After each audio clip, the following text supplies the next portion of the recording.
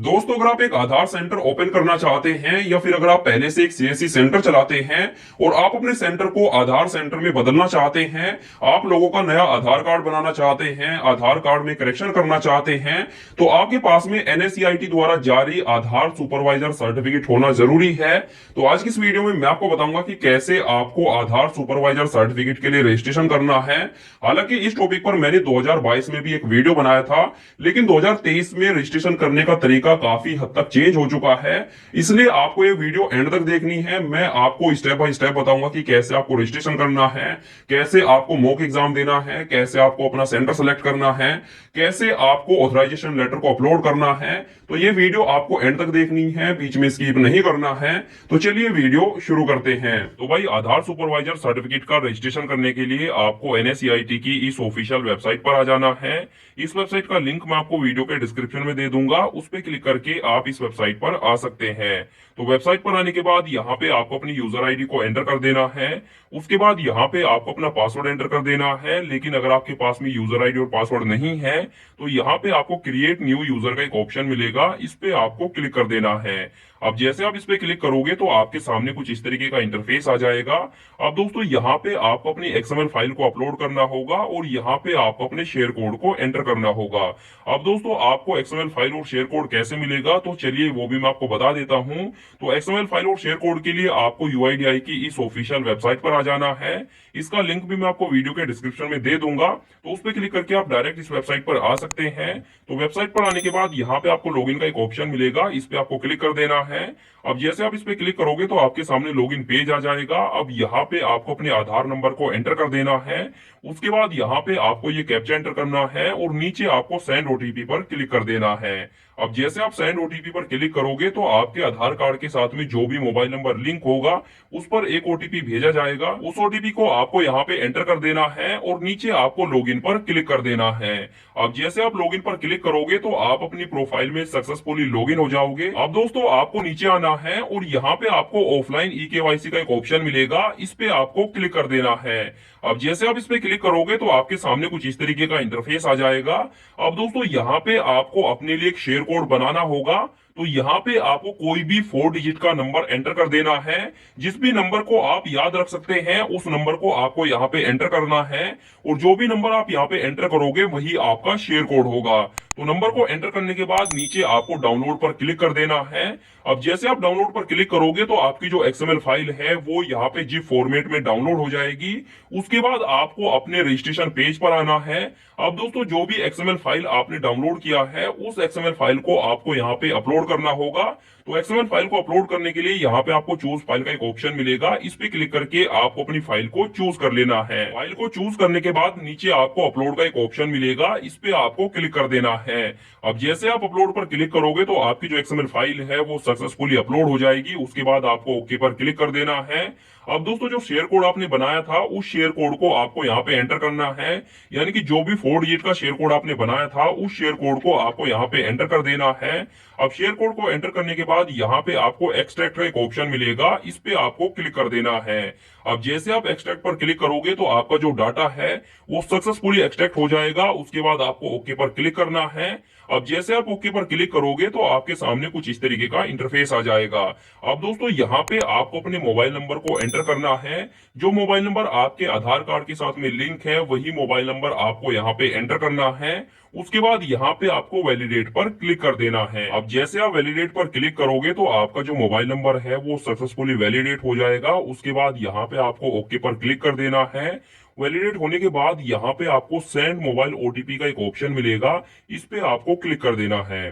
अब जैसे आप इस पे क्लिक करोगे तो आपके इस मोबाइल नंबर पर एक ओटीपी भेजा जाएगा। उस ओटीपी को आपको यहाँ पे एंटर करना है और वेरीफाई ओटीपी पर क्लिक कर देना है। जैसे आप वेरीफाई ओटीपी पर क्लिक करोगे तो आपका जो ओटीपी है वो वेरीफाई हो जाएगा।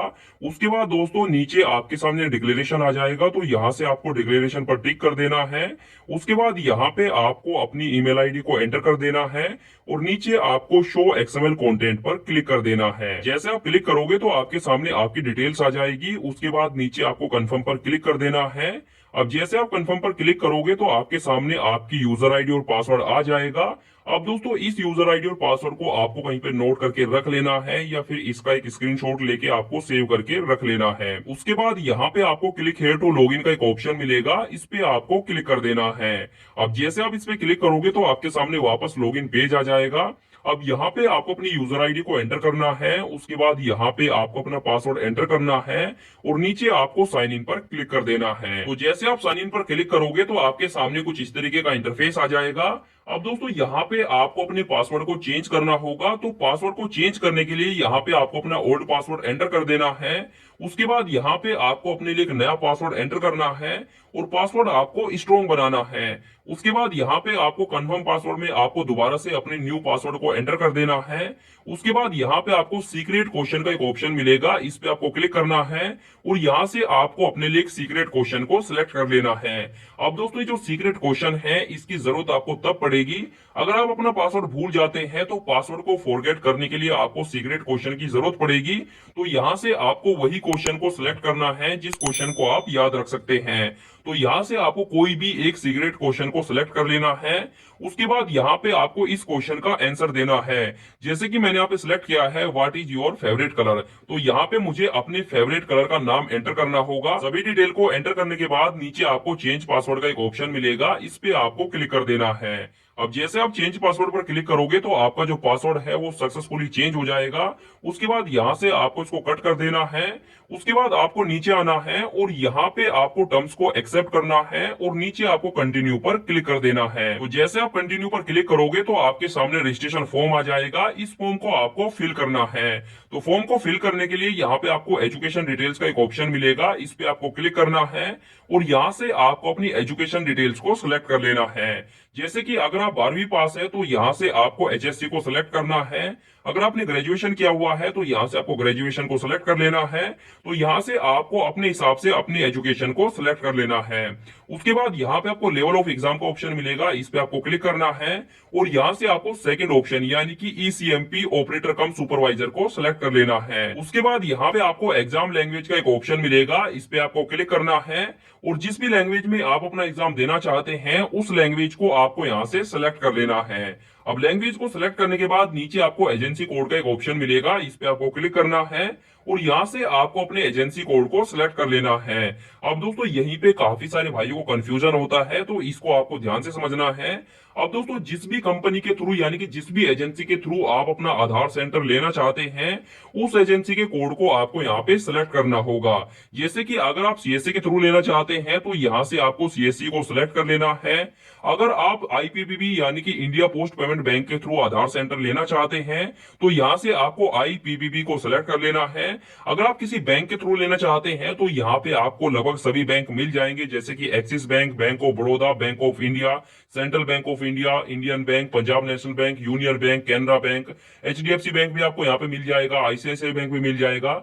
तो अगर आप किसी बैंक के थ्रू लेना चाहते हैं तो यहाँ से आपको अपने बैंक को सिलेक्ट कर लेना है। अगर आप डायरेक्ट यूआईडीआई के थ्रू लेना चाहते हैं तो यहाँ से आपको यूआईडीआई ईए को सिलेक्ट कर लेना है। तो यहाँ पे आपको अपने हिसाब से जिस भी एजेंसी के थ्रू आप अपना आधार सेंटर लेना चाहते हैं उस एजेंसी के कोड को यहाँ से आपको सिलेक्ट कर लेना है। जैसे कि मैं यहाँ पे सीएससी के थ्रू लेना चाहता हूं तो मैंने यहाँ पे सीएससी को सिलेक्ट कर लिया है। उसके बाद दोस्तों यहाँ पे रजिस्टर्ड कोड का एक ऑप्शन मिलेगा, इस पे आपको क्लिक करना है और यहाँ से आपको अपने रजिस्टर्ड कोड को सिलेक्ट करना होगा। अब दोस्तों यहाँ पे वही सेम फंडा है, जिसके थ्रू भी जिस भी रजिस्टर्ड के थ्रू आप अपना आधार सेंटर लेना चाहते हैं उस रजिस्टर्ड कोड को आपको यहाँ पे सिलेक्ट करना होगा। अगर आप बैंक के थ्रू लेना चाहते हैं तो यहाँ पे आपको लगभग सभी बैंक मिल जाएंगे। यहाँ पे आपको अपने बैंक को सिलेक्ट कर लेना है जिस भी बैंक के थ्रू आप अपना आधार सेंटर लेना चाहते हैं। अगर आप सीएससी के थ्रू लेना चाहते हैं तो यहाँ पे आपको सीएससी का भी ऑप्शन मिल जाएगा, तो यहाँ पे आपको सीएससी को सिलेक्ट कर लेना है। तो यहाँ पे आपको देखना है कि आप किस रजिस्टर्ड के थ्रू आप अपना आधार सेंटर लेना चाहते हैं, उसी रजिस्टर्ड के कोड को आपको यहाँ पे सिलेक्ट कर लेना है। तो यहाँ पे जो एजेंसी कोड और रजिस्टर्ड कोड है इसको आपको बहुत ध्यान से सिलेक्ट करना है, क्योंकि अगर आप 6 बार गलत सेलेक्ट करोगे तो आपकी जो आईडी है उसको ब्लॉक कर दिया जाएगा। अब दोस्तों जिस भी स्टेट में आप ये एग्जाम देना चाहते हैं उस स्टेट को यहाँ से आपको सिलेक्ट कर लेना है। स्टेट को सिलेक्ट करने के बाद नीचे आपको एग्जाम सिटी का ऑप्शन मिलेगा, इस पे आपको क्लिक करना है। अब जिस भी सिटी में आप अपना एग्जाम देना चाहते हैं उस सिटी को यहाँ से आपको सिलेक्ट कर लेना है। अब सिटी को सिलेक्ट करने के बाद नीचे आपको एग्जाम सेंटर का ऑप्शन मिलेगा, इस पे आपको क्लिक करना है। अब आपकी सिटी में जितने भी एग्जाम सेंटर होंगे उन सभी की लिस्ट आपके सामने आ जाएगी। अब यहां से आपको अपने एग्जाम सेंटर को सिलेक्ट कर लेना है। एग्जाम सेंटर सिलेक्ट करने के बाद नीचे आपको सेव एंड कंटिन्यू का ऑप्शन मिलेगा, इस पे आपको क्लिक कर देना है। तो जैसे आप सेव एंड कंटिन्यू पर क्लिक करोगे तो आपके सामने कुछ इस तरीके का इंटरफेस आ जाएगा। अब दोस्तों यहाँ पे आपको दो डॉक्यूमेंट को अपलोड करना होगा। सबसे पहले आपको अपने एजुकेशनल डॉक्यूमेंट को अपलोड करना है और उसके बाद आपको एक ऑथराइजेशन लेटर को अपलोड करना है। अब एजुकेशनल डॉक्यूमेंट में आपको अपनी मार्कशीट को अपलोड कर देना है, लेकिन आपके मार्कशीट की जो मैक्सिमम साइज है वो 1 MB से ज्यादा नहीं होनी चाहिए और आपके मार्कशीट का जो फॉर्मेट है वो PDF या फिर JPG होना चाहिए। तो मार्कशीट को अपलोड करने के बाद आपको एक ऑथराइजेशन लेटर को भी अपलोड करना है। अब दोस्तों यहीं पे काफी सारे भाइयों के मन में कंफ्यूजन है कि भाई ये ऑथराइजेशन लेटर क्या होता है, कैसा दिखाई देता है और ये ऑथराइजेशन लेटर हमें कैसे मिलेगा। तो वही मैं आपको बता दूं कि जिस भी एजेंसी के थ्रू आप आधार सेंटर लेना चाहते हैं वही एजेंसी आपको ऑथराइजेशन लेटर प्रोवाइड करेगी। जैसे कि अगर आप CSC के थ्रू लेना चाहते हैं तो फिर आपको अपने DM को कॉल करना है और आपका जो DM होगा वो आपको ऑथराइजेशन लेटर प्रोवाइड करेगा।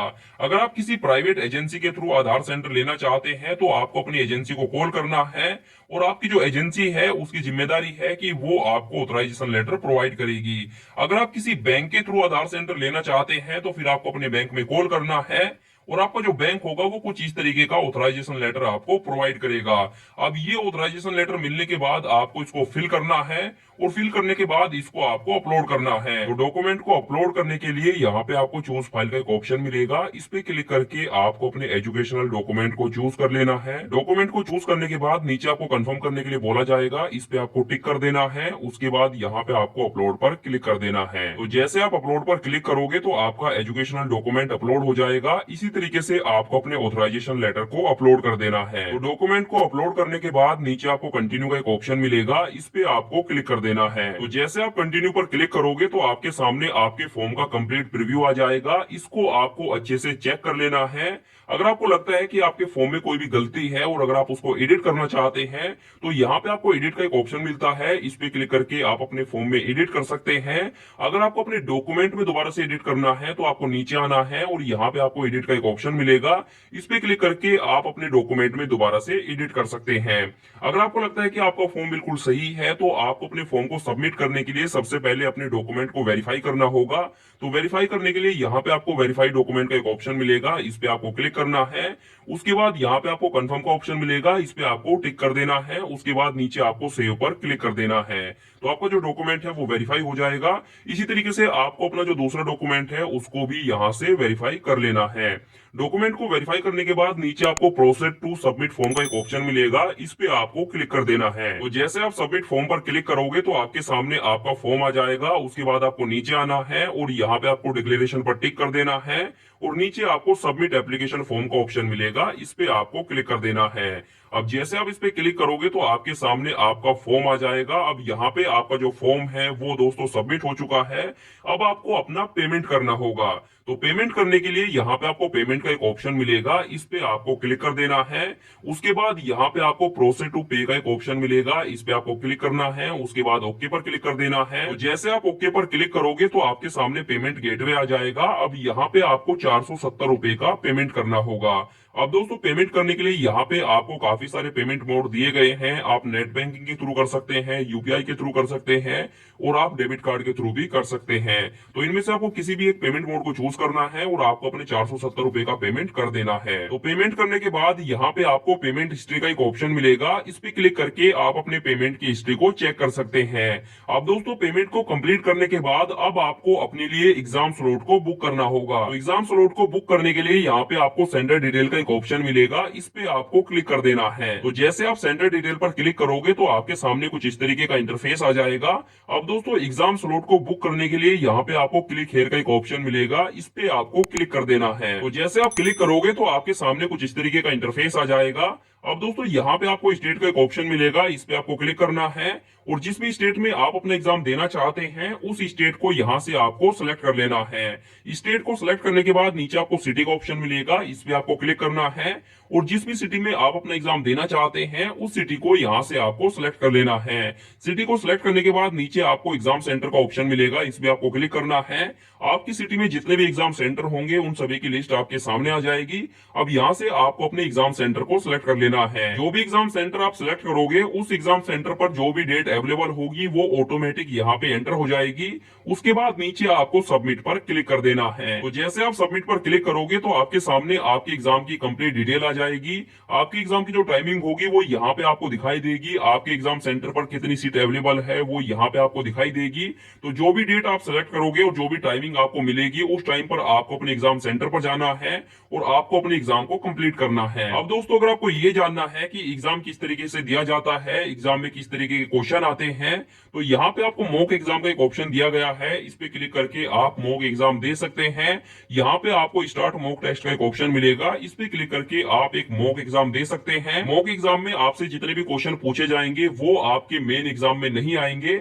ये केवल एक प्रैक्टिस एग्जाम है ताकि आपको प्रैक्टिस हो जाए कि किस तरीके से एग्जाम दिया जाता है। अब दोस्तों जैसे ही आपका एग्जाम कंप्लीट हो जाएगा, जैसे आप सेंटर पे जाके अपना एग्जाम कंप्लीट कर लोगे तो यहाँ पे आपको माई स्कोर कार्ड का एक ऑप्शन मिलेगा। इस पे क्लिक करके आप अपने स्कोर कार्ड को चेक कर सकते हैं।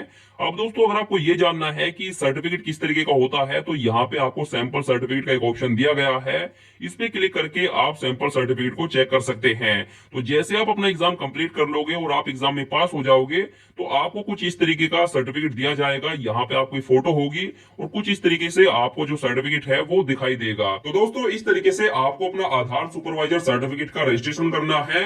और जो ऑथराइजेशन लेटर वाला फंडा है, आशा करता हूं कि वो भी आपके समझ में आ गया होगा। और अगर आपके मन में कोई भी डाउट है, रजिस्ट्रेशन करने में आपको कोई भी प्रॉब्लम आती है तो आप मुझे कमेंट कर देना या फिर